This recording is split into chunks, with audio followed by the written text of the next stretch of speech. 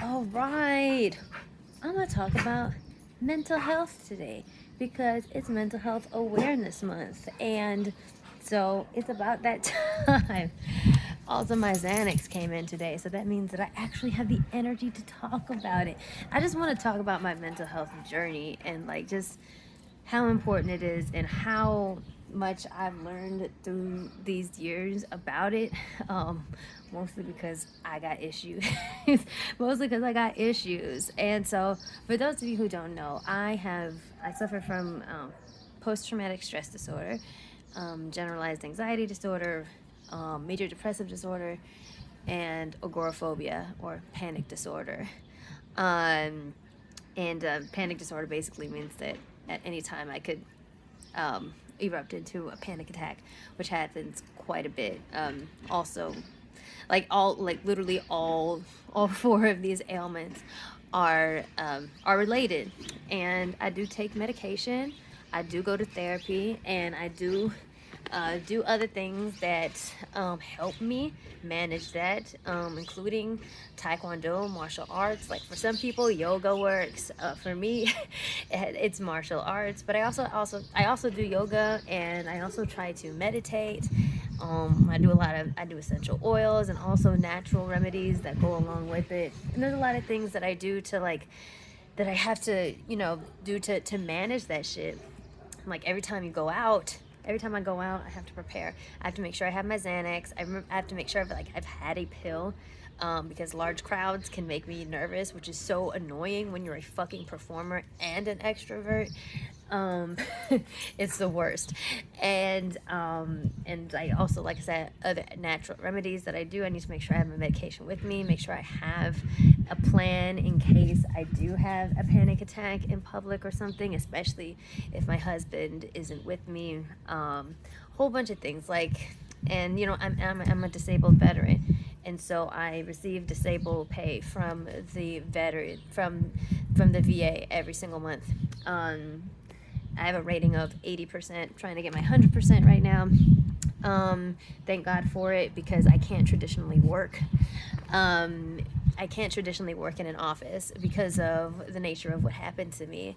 I'm gonna go into it a little bit here, but if you want to know the entire story, there is an entire playlist on my YouTube telling my entire story. It's a little hard to watch, and I'm not just saying that. Like so many people have watched it and been like, I cried, I had to take breaks. It was pretty crazy. And so I just kind of want to talk about my mental health journey, and hopefully it helps you guys. Like, so I grew up with a black parent, and when you grow up black, a lot of us grow up being told that therapy is a white thing. Therapy is for white people, and like we're stronger than them. We're emotionally like just tougher, and so like we don't need that. We don't need some stranger listening to our problems. Like we just see it as kind of like not essential.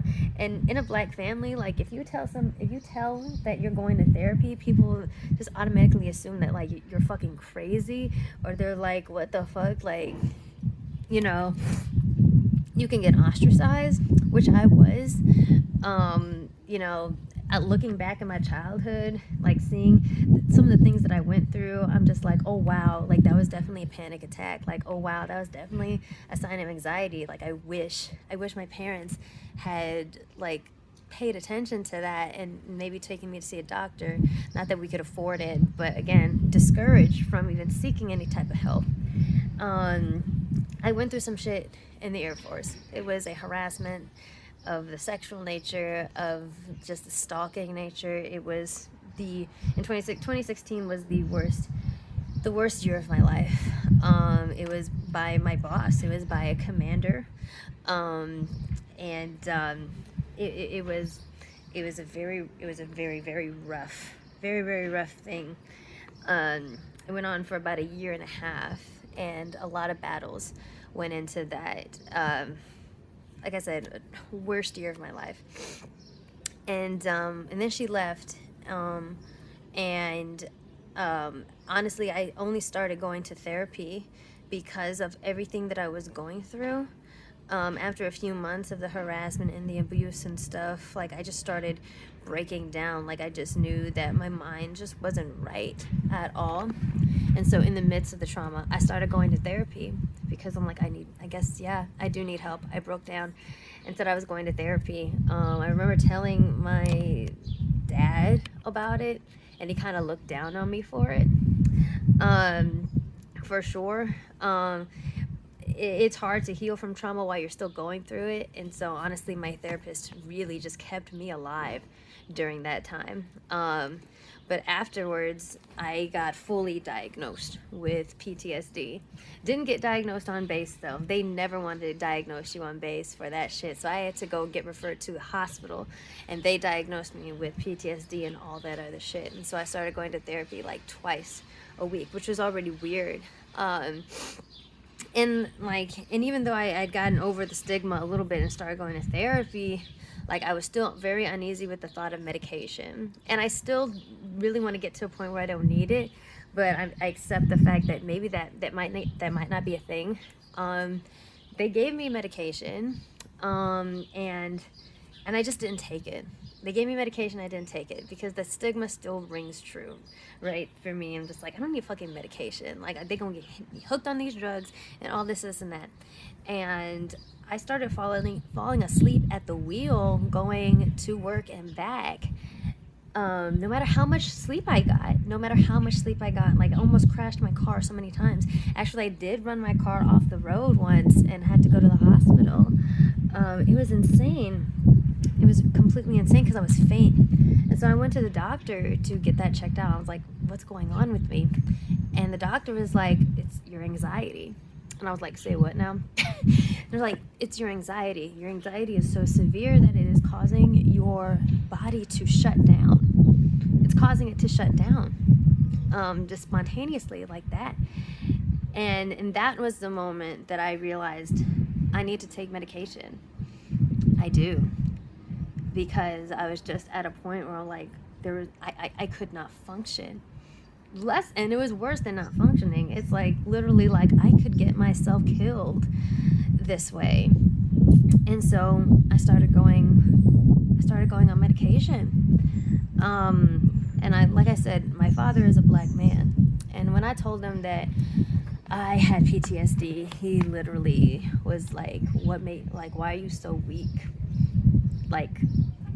Like, really, what's wrong with you? Like, when did you become so weak? And he just kept on berating me and stuff. And I just remember in that moment, that's the first time that I ever felt like I should kill myself.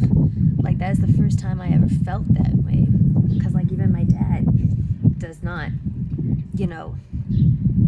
my dad thinks I'm worthless. And I'm like, and I tried everything that I could to not be this way, but it's literally something that I can't help. And so, yeah, and eventually he disowned me. Honestly, I'm now disowned from my father. And honestly, by the time he did it, he was like, I disown you. And I'm like, from what, nigga? You ain't got no money. Like, oh, okay. But that's the reality. Like, that's what happens when you grow up in a black household sometimes. And that is exactly what happened to me. I have no father because of this. I have absolutely no father. Because of this and because of, other things that went on. But I do go to therapy now. I'm on medication now. I highly recommend just everybody going to therapy, because like sometimes things happen in your childhood and you just have no idea. Like I didn't know until I started going to therapy that I had a very highly traumatic childhood. And I started realizing and learning things about my father, and I realized that he was emotionally abusive. I realize that now, from going to therapy, from looking back. And so, yeah, when people ask me my opinion on therapy, I'm like, if you can, please go. Because, you just never know. and that third, like, people get weird, like, oh, you're telling a stranger all your issues. I'm like, it's like having a doctor, man, and you need that third party, like, observation from the outside, because it really can help to make things objective and make things easier for you to understand. And you can start to understand, like, why you do certain things. Like, maybe you have some harmful behaviors that you have no idea are harmful, and that's really good to it's really good to identify those, so you can continue to grow. I know it's really hard, like, in a lot of minority communities, especially from my experience, like the Black community, we discourage people from doing that. I've had a hard time trying to convince family members to go that clearly have some things going on, but it's completely worth it. And white people are not the only people that deserve healing. Like, I don't know why we developed, I mean, I kind of do, why we developed this aversion to healing, this aversion to peace. I think a lot of us are, like, addicted to the struggle, addicted to the pain, because pain kind of has what's been given us, like, worth or meaning as a community. And I reject that shit now, because I'm like, no, like, I deserve peace too. Like, I deserve healing. I reject that. And I don't need to prove how strong I am. I'm not a beast of burden like white supremacy has trained me to be. I'm not. I'm a delicate flower. I don't give a fuck. I am a delicate flower, and I want to take care of myself. I deserve to be a delicate flower if I want to. I do. And it's not over. The mental health struggle is not over for me. The journey is not over. I think a lot about things that my parents have gone through, and just ways in which, man, if they had processed some of the things that happened to them when they were younger, perhaps they wouldn't have fucked me up as bad as they did. And that's kind of where I'm at now. Because, like, in the next few years, I would love to be a mom. And as a parent, like, I know I'm going to fuck up somewhere. Like, I'm going to ruin my kids in some way. But overall, I don't want to be a source of trauma for them. I don't. And that is, and a lot of us just don't break that vicious circle. And so I just want to heal from all the stuff that I've been through, and just gain some sense of awareness before I take on the responsibility of bringing another human being into the world, because I wish that my parents had processed the things that they went through before they brought me and my brother into the world, and now I've created another person that has to go through this shit. So all in all, like I said, mental health is so important. It's just as important as your physical health. It really is. In that year and a half where I was going through hell, I just remember thinking that I would rather be homeless on the street living in a box than going through this torment every single day. I would rather die than go through this. Like, some of the most painful and scary things, it's not a physical injury. The most painful things, like, happen when your mind is injured. It is so fucking awful. And so I just urge everybody, like, no matter what your situation is, like, definitely look out for your mental health. Treasure it. Don't feel weak because you're paying attention to it. I don't care who the fuck says it. It's a stupid notion. Like, don't buy into that.